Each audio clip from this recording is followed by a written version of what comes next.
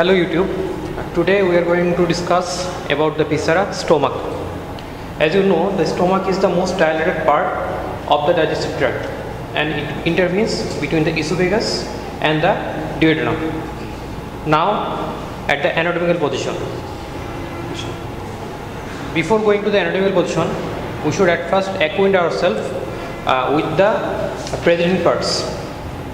The stomach presents two orifices, cardiac orifice, pyloric orifice, two curvatures, that is the lesser curvature and the greater curvature, two surfaces, anterior superior surface and posterior inferior surface, and three subdivisions, that is the fundus, body and the pyloric part.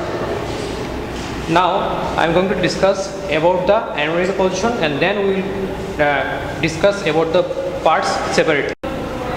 Okay, now how will we differentiate between the cardiac orifice and the pyloric orifice? The pyloric orifice of the stomach is related with the pylorus of the stomach, and pylorus is muscular.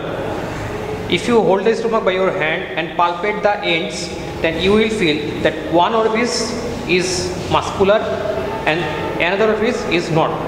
So the orifice which is muscular, that is the pyloric orifice, and the orifice which is not that much muscular, this is the cardiac orifice. Now anatomical position. When you hold the stomach in your hand, you should place it like this. The superiorly cardiac orifice, inferiorly pyloric orifice, and you will say that this is the viscera of stomach with greater and lesser omentum and with their contents. Cardiac orifice is situated about 2.5 cm left to the median plane, and the pyloric orifice lies 1.25 cm right to the midline. Again we will go for the anatomical point.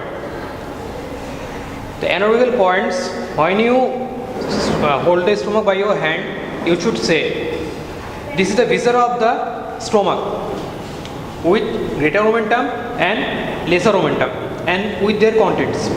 The cardiac orifice is situated about 2.5 cm to the left of the median plane, and the pyloric orifice is situated 1.25 cm to the right of the median line. That's all about the anatomical points.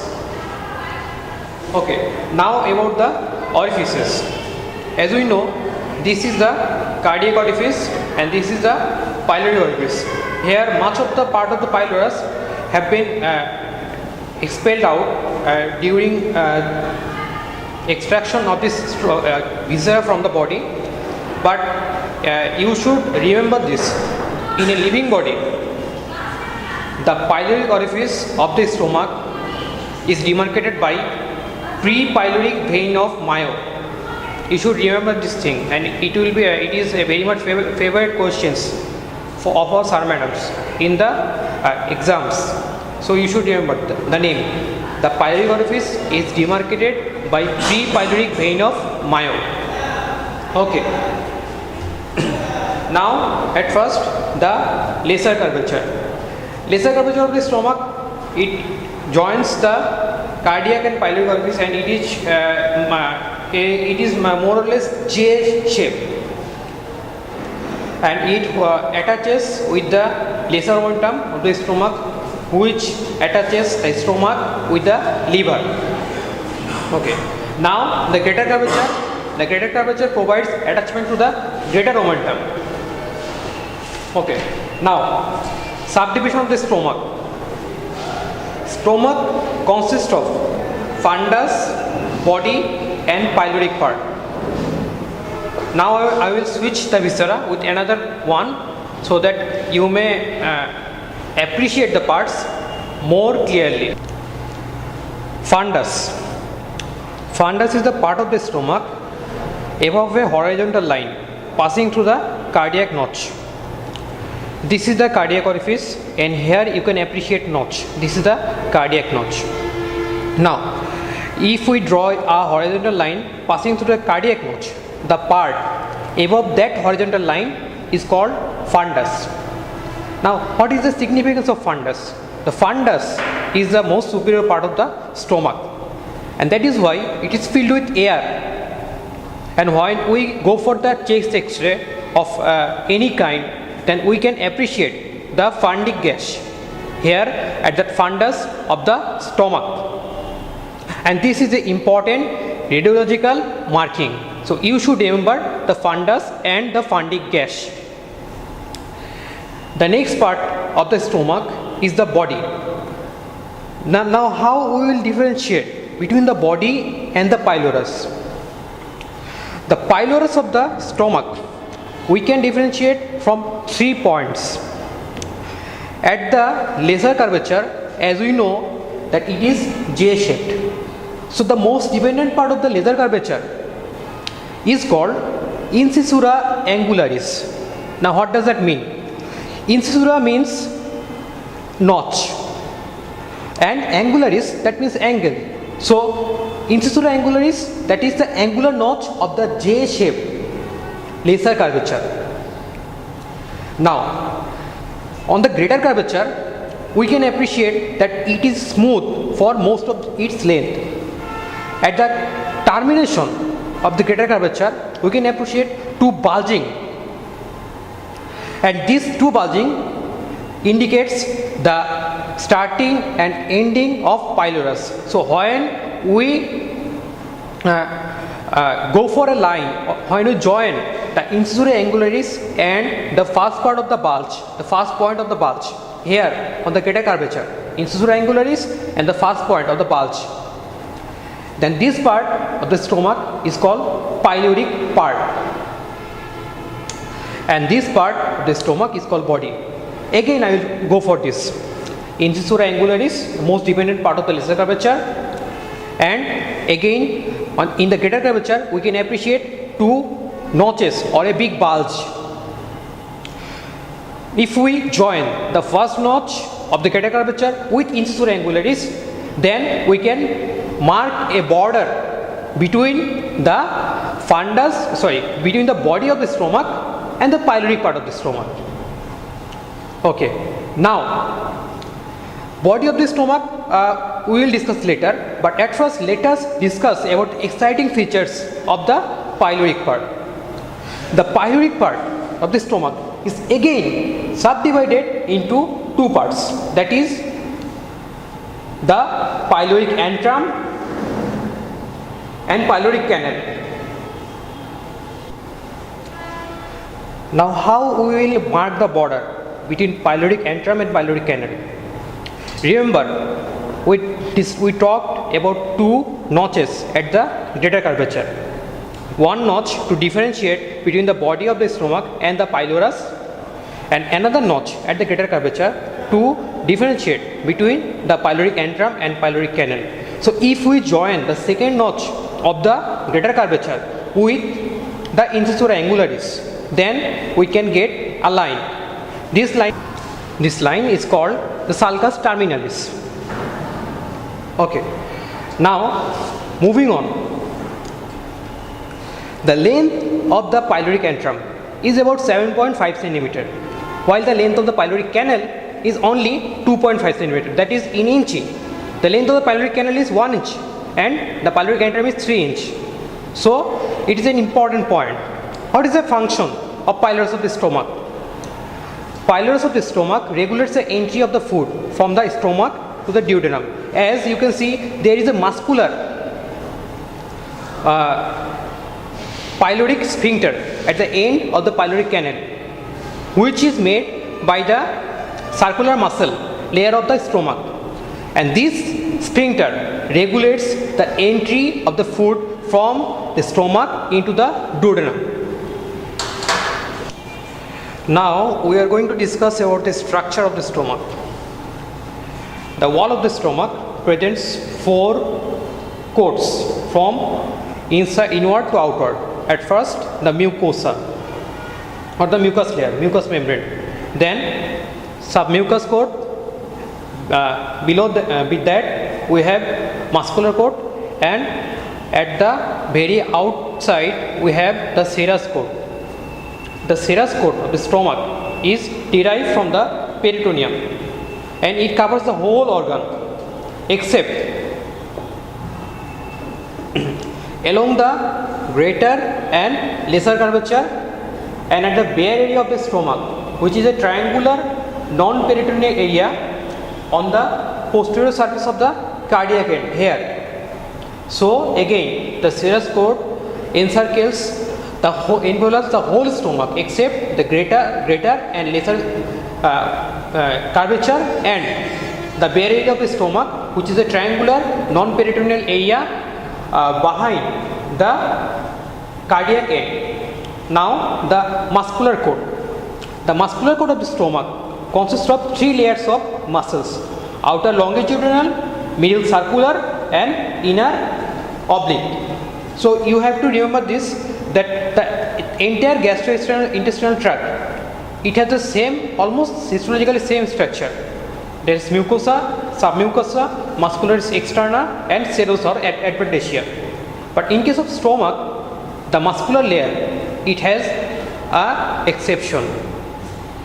Normally we have outer longitudinal and inner circular, but here in case of stomach we have outer longitudinal muscle, then circular muscle, then oblique muscle. Why there is an oblique muscle layer in case of stomach? Okay, the stomach, it acts as a reservoir of food, and here the primary digestion of the food is happening. So the oblique muscle layer helps to churn out the food particles inside the stomach.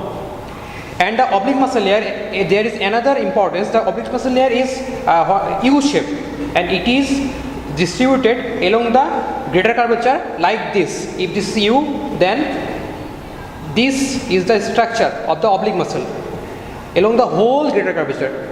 So what do we get from this? There is area along the lesser curvature which don't have any covering of the oblique muscle layer.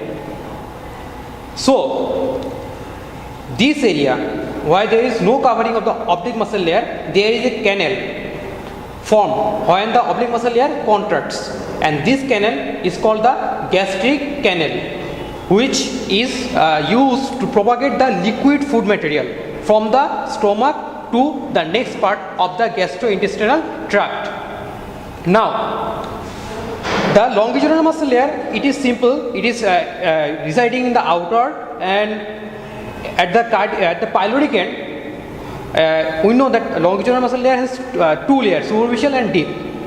At the pyloric end, the superficial layer of the longitudinal muscle of the stomach is continuous with that of the duodenum, but the deep layer of the longitudinal muscle is reflected to join the circular muscle layer to form the pyloric sphincter.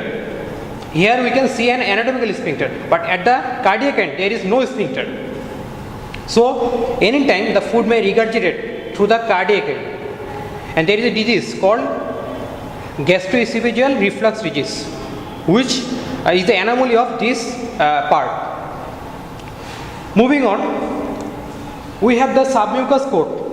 Submucous cord, it is consists of loose alveolar tissue and plexus of blood vessels and lymphatics and nerves and etc.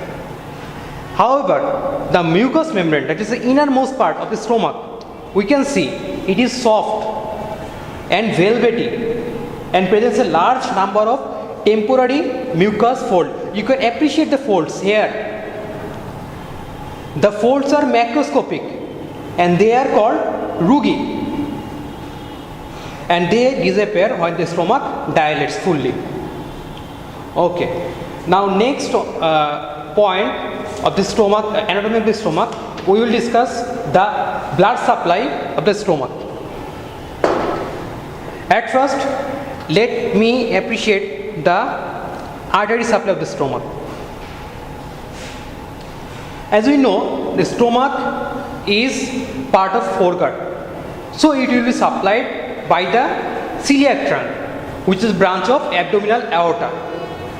Now, the celiac trunk gives the following branches to supply the stomach.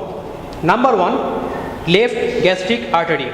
For the convenience of the viewers, we now switch to a picture showing the arterial supply of the stomach. Oh, now we are looking at a complex figure showing the arteries of the stomach, liver and the spleen. This is from the Atlas of Anatomy Netter. So don't be afraid, we will simplify the figure. At first the points. Here we can see the stomach in a slight pinkish color, and at the back of the stomach we can appreciate the abdominal aorta, which is thick and large blood vessel. Here you can see different branches coming out from the abdominal aorta. The first branch coming out from the abdominal aorta and significant to supply the stomach is the left gastric artery. Here we can appreciate the tiny little branch, left gastric artery. And the left gastric artery is the branch of the celiac trunk, and it reaches the lesser curvature within the lesser omentum. Here lesser omentum has been stripped off, and after arching forward along the left or superior gastropancreatic fold, it is the principal artery of the stomach. The left gastric artery is the principal artery of the stomach, and it supplies the upper 2/3 of the organ. So you can now understand, though it is small, but it has a huge role in the circulation of the stomach. Next artery which supplies the stomach is the right gastric artery. We can see the right gastric artery is a branch of common hepatic artery here, and it anastomoses with the left gastric artery on the lesser curvature within the lesser omentum. Again we can see here a tortuous splenic artery behind the stomach and giving up some branches at the posterior surface of the stomach. So we can see that the splenic artery here gives some short branches which are called short gastric artery, which supplies the fundus of the stomach. They are 3 or 4 in numbers. Here they are the short gastric artery. Then left gastroepiploic artery. This artery is the left gastroepiploic, or in some books you can find left gastroomental artery. Left gastroepiploic artery, it is a branch of, here we can see that splenic artery, tortuous splenic artery. So the left gastroepiploic artery, it is a branch of splenic artery, and it reaches the greater curvature, and it supplies the greater curvature within the greater omentum. Here we can see this fatty, what should I say, tissue is the greater omentum. Now moving on, the right gastroepiploic artery. So this supplies the right part of the greater curvature of the stomach, and it is a branch of gastroduodenal artery, which is a branch of common hepatic artery. And the right gastroepiploic artery supplies the greater curvature of the stomach from the right side, and it anastomoses with the left gastroepiploic artery. I know you are now confused, so we will again go through the cycle. At first, this is the abdominal aorta, this is the celiac trunk. Stomach is a part of foregut, so it will be supplied from the branches of the celiac trunk. Now, lesser curvature, left gastric artery is a principal artery and supplies superior 2/3 of the stomach. Now, the rest of the lesser curvature is supplied by right gastric artery, which is a branch of the right hepatic artery. Now, fundus of the stomach, it is supplied by 3 or 4 small branches called short gastric artery, which are branches of splenic artery. Greater curvature is supplied by right and left gastroepiploic artery, which are the branches of gastroduodenal artery on the right side and the splenic artery on the left side. And that's all about the arterial supply of the stomach.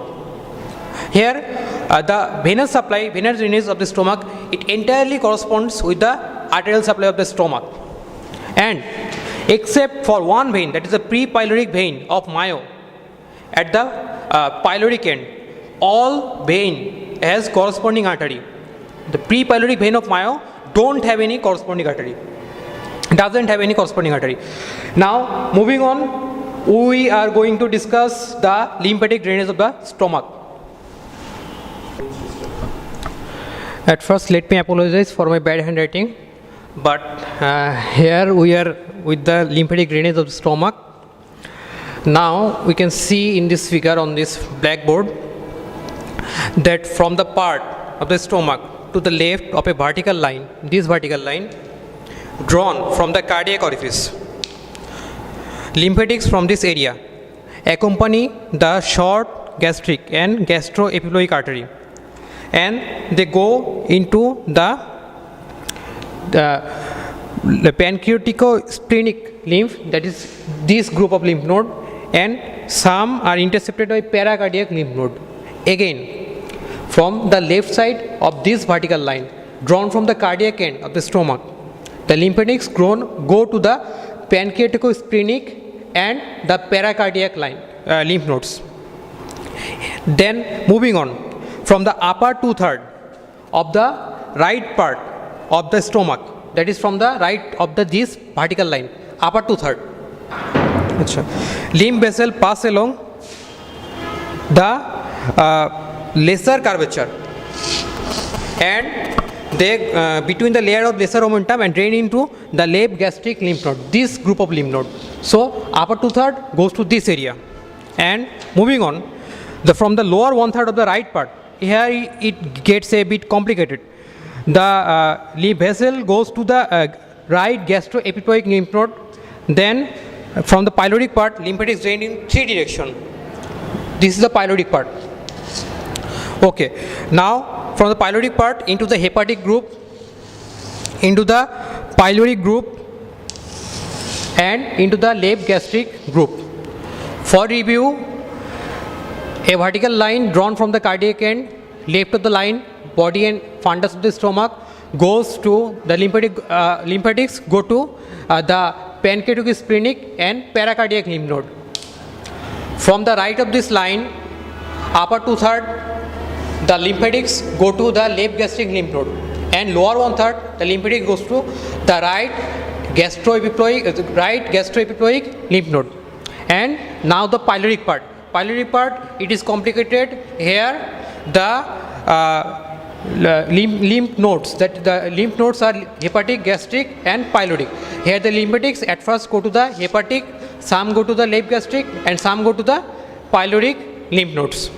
That is all about the lymphatic drainage of the stomach, and it is very much important because stomach cancer is very much prevalent in most of the countries of the world. Okay, now nervous system, nerve supply of the stomach. The stomach is the viscera, so the nerve supply is sympathetic and parasympathetic. The sympathetic component, the action of the sympathetic component is vasoconstrictor, number 1. Number 2, they are inhibitory to the gastric glands and gastric muscles. They are motor to the sphincter, and the sympathetic nerve supply, the sympathetic nervous system of the stomach conveys painful sensation. Moving on, the parasympathetic nerve supply of the stomach, at first they are secretomotor to the gastric glands. They are motor to the gastric musculature. They are inhibitory to the pyloric sphincter, and they convey the sensation of hunger and nausea. So we can appreciate that the sympathetic and parasympathetic, they are doing the exact opposite of actions. Sympathetic, they are vasoconstrictor, and the parasympathetic, they are secretomotor, and the sympathetic, they are the inhibitor to the gastric musculature. They inhibit the gastric muscles, they inhibit the peristalsis, while the parasympathetic, they they accelerate the peristalsis. The sympathetic nervous system, they are motor to the sphincter. They activate the sphincter, pyloric sphincter, while the parasympathetic, they inactivate the pyloric sphincter. And number 4, the sympathetic, the sensory function of the sympathetic, they convey the painful sensation, and the sensory function of the parasympathetic, they convey the sensation of hunger and nausea. And let me discuss some relevant questions here. We have to know the contents of the gastric bed in relation to the stomach. As we know you will get any of the contents from any of the recognized textbook of anatomy, so I am not going to discuss the contents of the gastric bed or stomach bed, but these are the very much important for your exam. Next part, you may have to know something about the peptic ulcer, and you have to know that why peptic ulcer occurs along the lesser curvature of the stomach. There are some points that the mucosa of the lesser curvature, here the mucosa of the lesser curvature, they are not freely movable of the muscular cord, the epithelium is comparatively thin, then the blood supply here on the lesser curvature is less abundant, and there are fewer anastomosis. There is no submucous plexus here, and nerve supply is more abundant, and Helicobacter pylori, that is the causative agent of peptic ulcer, so it is an important cause here to the occurrence of peptic ulcer along the lesser curvature. So peptic ulcer is more prevalent in the lesser curvature. What is more prevalent on the greater curvature? It is stomach cancer. And you have to memorize a few things about the rotation of the stomach during development, but that will be discussed in another lecture. We now extend our heartfelt thanks to the Department of Anatomy, Sir Solimulla Medical College, for their patronization and support. Without the support, we couldn't have built this video and propagate this knowledge. So again, thanks to them, and thank you all. May Allah bless you.